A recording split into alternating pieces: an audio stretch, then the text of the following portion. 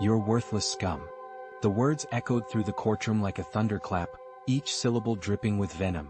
Judge Margaret Hargrove's voice was a whip, cracking across the room, leaving a stinging silence in its wake. Her eyes, cold and piercing, locked onto Marcus Johnson, a tall, broad-shouldered black man standing in the defendant's box.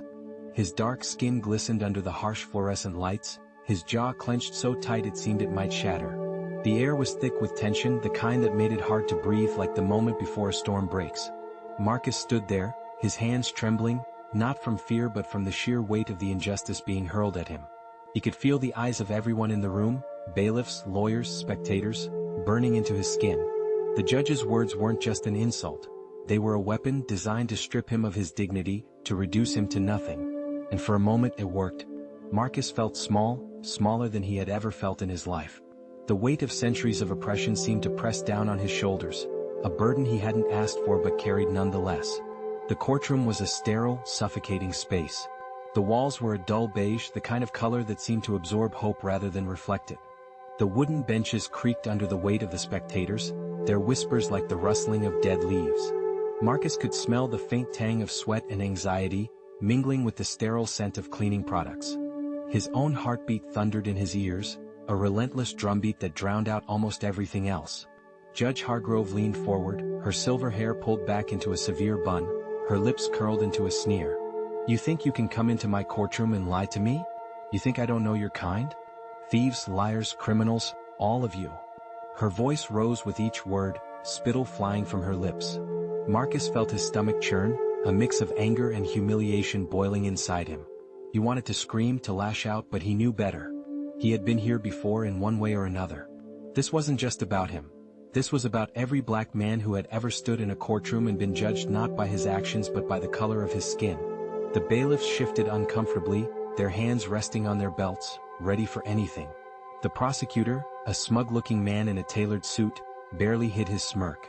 Marcus's lawyer, a young woman named Sarah who looked like she hadn't slept in days, opened her mouth to object, but the judge cut her off with a sharp wave of her hand. "Silence. I won't have you defending this creature in my courtroom." Marcus's chest tightened.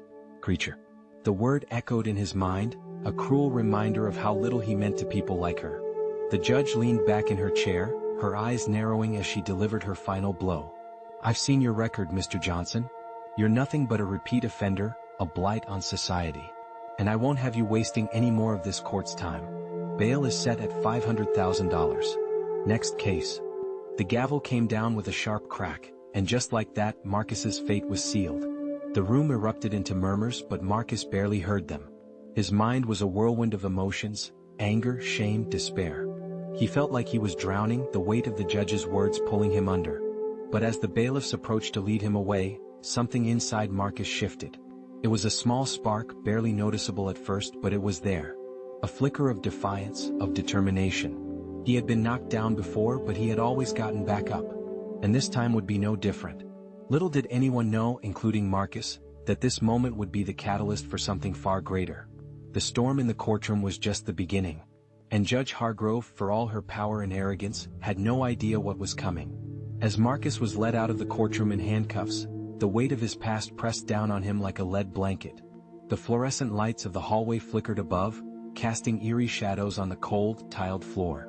The bailiffs flanked him, their grips firm and unyielding, as if they expected him to bolt at any moment. Marcus kept his head down, his eyes fixed on the ground, but his mind was racing. He thought about his childhood in the south side of Chicago, a place where hope was as scarce as clean water. He remembered the sound of gunshots echoing through the night, the sight of his mother crying as she counted the few dollars she had left to feed him and his siblings. He remembered the day his father was arrested for a crime he didn't commit, the way his mother's face had crumpled when the police came knocking. That was the day Marcus had vowed to be different, to rise above the circumstances that seemed determined to drag him down. But life had other plans. At 17, Marcus was arrested for the first time, caught in the wrong place at the wrong time. He had been walking home from school when a fight broke out between two rival gangs. The police arrived, and Marcus, along with several other black teens, was rounded up and charged with disorderly conduct. It didn't matter that he hadn't thrown a single punch. The color of his skin was enough to make him guilty in their eyes. That arrest was the first of many. Over the years, Marcus found himself caught in a vicious cycle. arrested, released, and arrested again. Each time the charges were minor, loitering, trespassing, possession of a small amount of marijuana, but they added up. And each time he was treated like a criminal, like someone who didn't deserve a second chance. Now, as he sat in the cold, sterile holding cell, waiting to be processed, Marcus felt the weight of those years pressing down on him. The judge's words echoed in his mind, a cruel reminder of how little he meant to people like her. But beneath the anger and the shame there was something else, a quiet determination, a refusal to let them win. Marcus leaned his head back against the concrete wall, closing his eyes. He thought about his daughter Maya, who was waiting for him at home. She was only 6 years old, but she was already so smart, so full of life. She was the reason he kept fighting, the reason he refused to give up. He couldn't let her grow up in a world where she was judged by the color of her skin, where she was treated like less than human. As the hours passed, Marcus's resolve hardened. He didn't know how, but he was going to fight back. He was going to prove that he was more than the sum of his mistakes, more than the stereotypes that people like Judge Hargrove used to define him. And he was going to make sure that no one else had to go through what he had. Part 3. The spark of rebellion. The days turned into weeks, and Marcus found himself trapped in a legal nightmare. The $500,000 bail was impossible for him to pay, and his public defender, Sarah, was doing her best but was overwhelmed with cases. Marcus sat in his cell, his mind racing with thoughts of Maya and the life he was missing out on. The other inmates tried to engage him in conversation, but Marcus kept to himself, his thoughts consumed by the injustice of his situation. One day, as he was sitting in the prison library, Marcus came across a book on civil rights law. He flipped through the pages, his eyes scanning the words, and something inside him clicked. He realized that he didn't have to accept the way things were. He could fight back, not just for himself, but for everyone who had ever been treated unfairly by the system. With a newfound sense of purpose, Marcus began to study. He read everything he could get his hands on, books on law, on civil rights, on the history of racial injustice in America. He wrote letters to organizations that fought for criminal justice reform, explaining his situation and asking for help. And slowly but surely he began to see a way out. Meanwhile, outside the prison walls, Sarah was working tirelessly on Marcus's case. She had been horrified by Judge Hargrove's behavior in the courtroom and was determined to see justice done. She filed motion after motion, challenging the judge's decision and arguing that Marcus's rights had been violated. But Judge Hargrove was a powerful figure, and it seemed like no one was willing to stand up to her. That is, until one day, when Sarah received a call from a reporter at a major news outlet. The reporter had heard about Marcus's case and wanted to do a story on it. Sarah hesitated at first, knowing that going public could be risky, but she also knew that it might be their only chance to get Marcus the help he needed. The story was published a week later and it quickly went viral. People across the country were outraged by Judge Hargrove's blatant racism and the injustice of Marcus's situation. Protests erupted outside the courthouse, demanding that Marcus be released and that Judge Hargrove be held accountable for her actions. Inside the prison, Marcus watched the news with a mixture of hope and disbelief. He had never imagined that his story would resonate with so many people, that they would rally to his cause. But as the days passed and the pressure mounted, he began to believe that maybe, just maybe, justice would prevail. The courtroom was in chaos. The once imposing figure of Judge Margaret Hargrove was now being escorted out by FBI agents, her face a mask of shock and fury. The gavel she had wielded with such authority now lay forgotten on the bench, a symbol of her fallen power. The spectators erupted into a cacophony of gasps, whispers, and cries of disbelief. Reporters scrambled to capture the moment, their cameras flashing like lightning in a storm. Marcus Johnson sat in the defendant's box, his hands gripping the edge of the wooden railing, his knuckles white. He could hardly believe what he was seeing. The woman who had humiliated him, who had called him a creature and a blight on society, was now being led away in handcuffs. It was a moment of vindication, but it was also surreal, like watching a predator suddenly become prey. Agent Daniel Harris, the FBI officer who had delivered the arrest warrant, stood tall and composed amidst the chaos. His presence was commanding, his voice steady as he addressed the courtroom. Judge Hargrove has been under investigation for months, he announced, his words cutting through the noise like a knife. We have uncovered evidence of corruption, abuse of power, and civil rights violations. This arrest is just the beginning. Marcus felt a surge of emotions. Relief, anger, disbelief, but above all, a sense of justice. For the first time in what felt like forever, he allowed himself to hope. Maybe the system wasn't entirely broken. Maybe there were still people who believed in fairness, in equality, in doing what was right. Sarah, Marcus's lawyer, quickly seized the moment. She approached the bench, her voice firm and unwavering. "Your Honor," she said, addressing the replacement judge who had stepped in, "given the circumstances, we move for the immediate dismissal of all charges against Mr. Johnson. The arrest and subsequent treatment of my client were clearly influenced by the now exposed corruption of Judge Hargrove. To proceed with this case would be a further miscarriage of justice." The new judge, a middle-aged man with a calm demeanor, nodded thoughtfully. He reviewed the documents in front of him, his expression unreadable. The room held its breath, the tension so thick it felt like the walls themselves were leaning in. Finally, after what felt like an eternity, the judge spoke.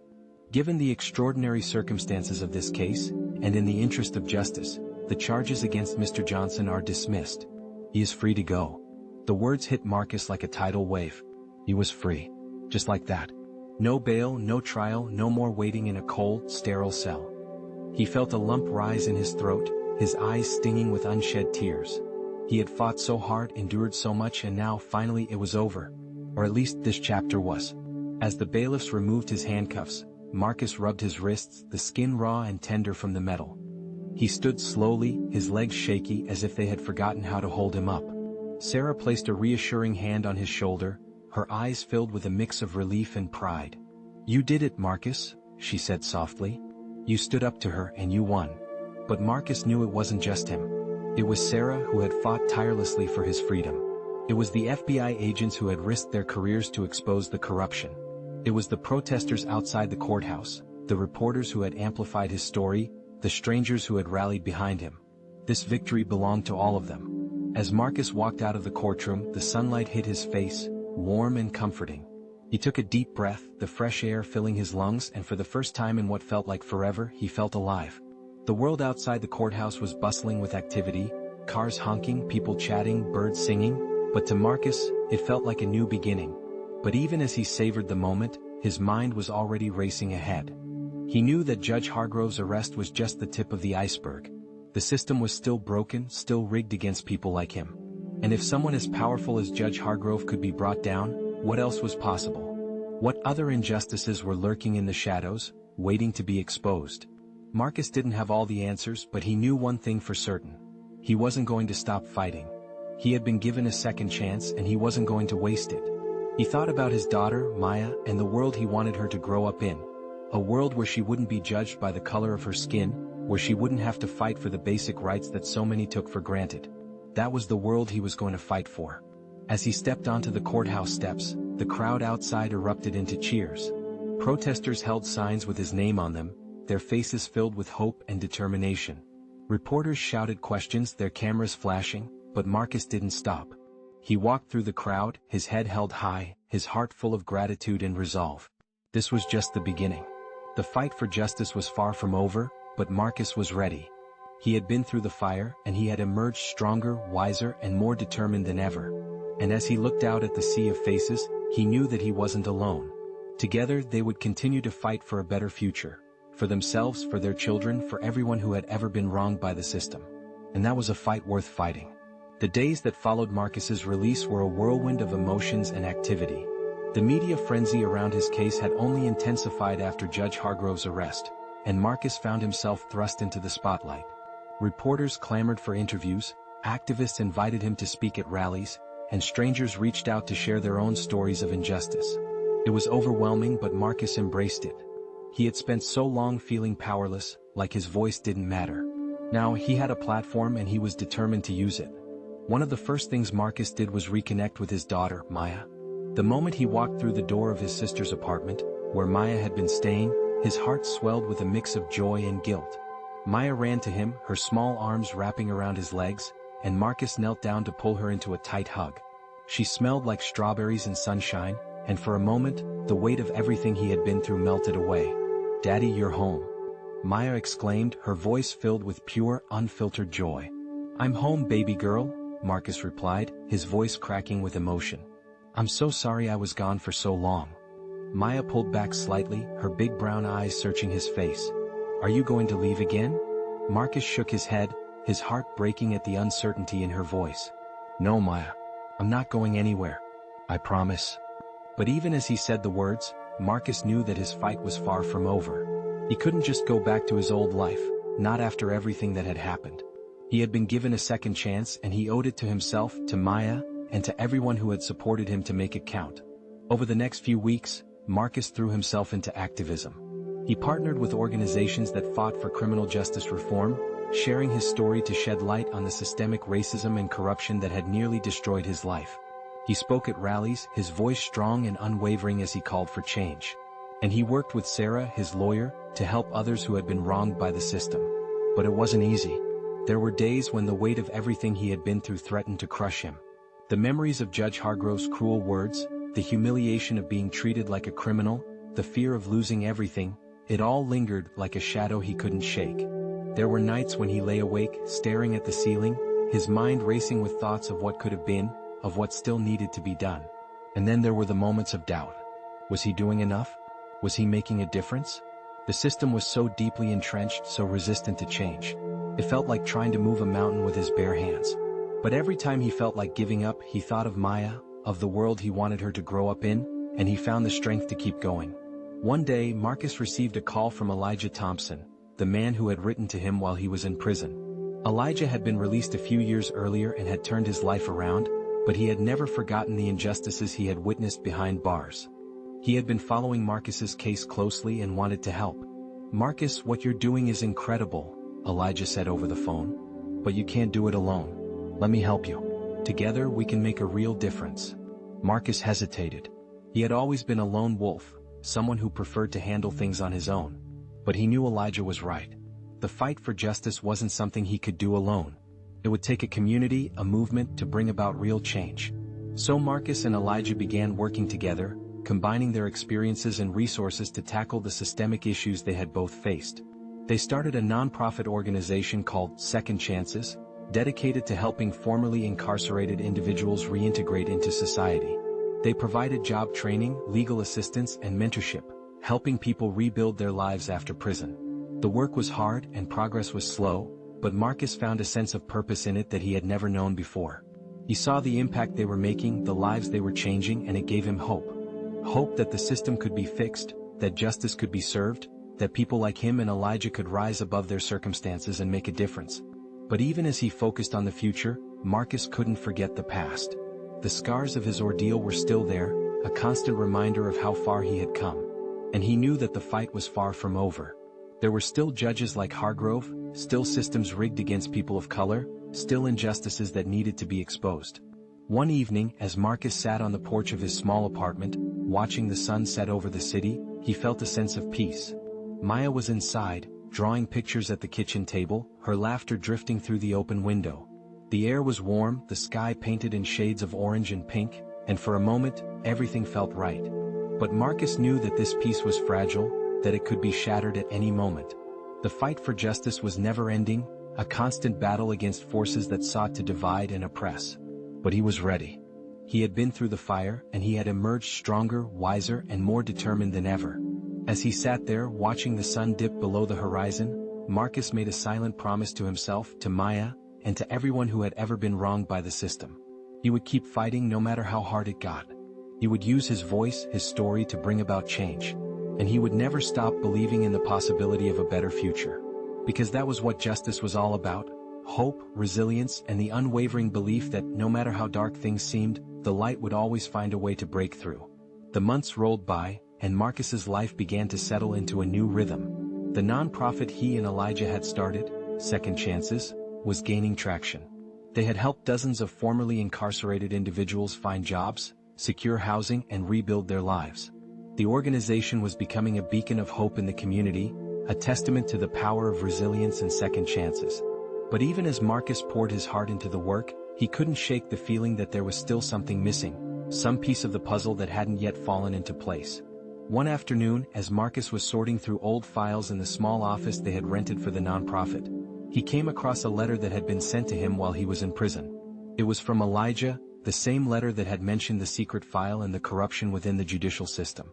Marcus had read it before, but this time, something about it caught his attention, a detail he had overlooked.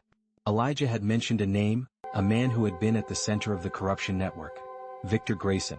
Marcus's heart raced as he stared at the name.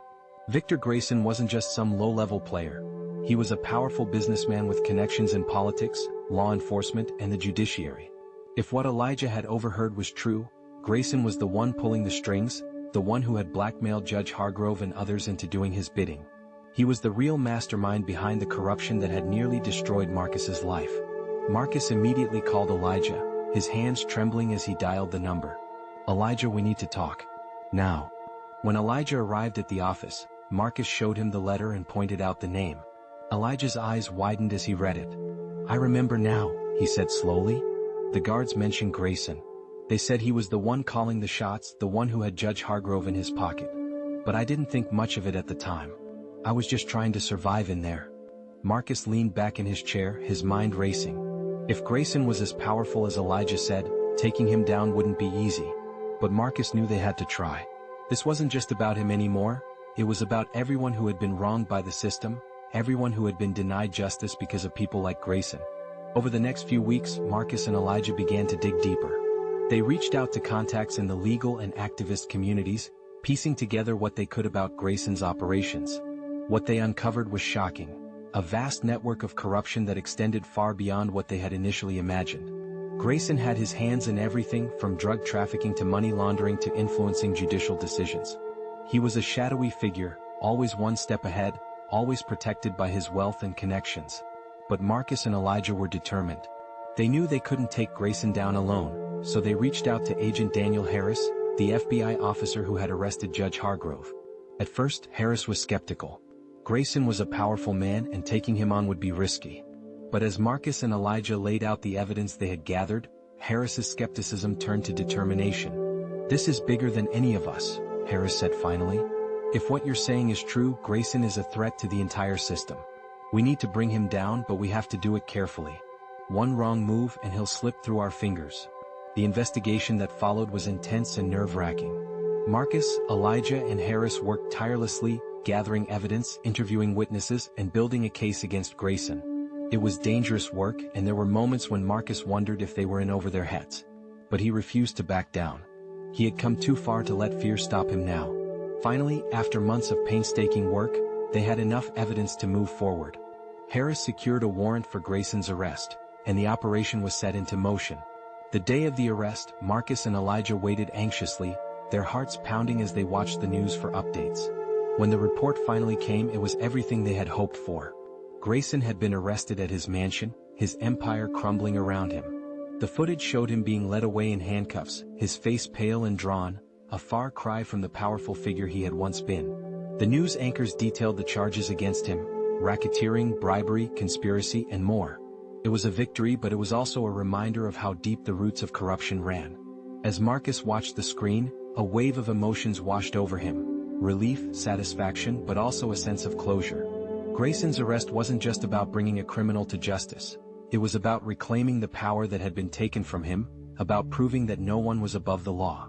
But even as he savored the moment, Marcus knew that the fight wasn't over. Grayson's arrest was a significant victory, but it was just one battle in a much larger war. The system was still broken, still rigged against the marginalized and the vulnerable. And as long as that was the case, Marcus knew he couldn't stop fighting. He thought about Maya, about the world he wanted her to grow up in, a world where she wouldn't have to fight for the basic rights that so many took for granted. A world where justice wasn't just a privilege for the powerful but a right for everyone. That was the world he was going to fight for, no matter how long it took. As he sat there watching the news coverage of Grayson's arrest, Marcus felt a sense of peace. The road ahead would be long and difficult, but he was ready. He had been through the fire, and he had emerged stronger, wiser, and more determined than ever. And as he looked out at the city skyline, he knew that he wasn't alone. Together, with Elijah, Harris, and everyone who believed in justice, they would continue to fight for a better future. Because that was what justice was all about: hope, resilience, and the unwavering belief that no matter how dark things seemed, the light would always find a way to break through.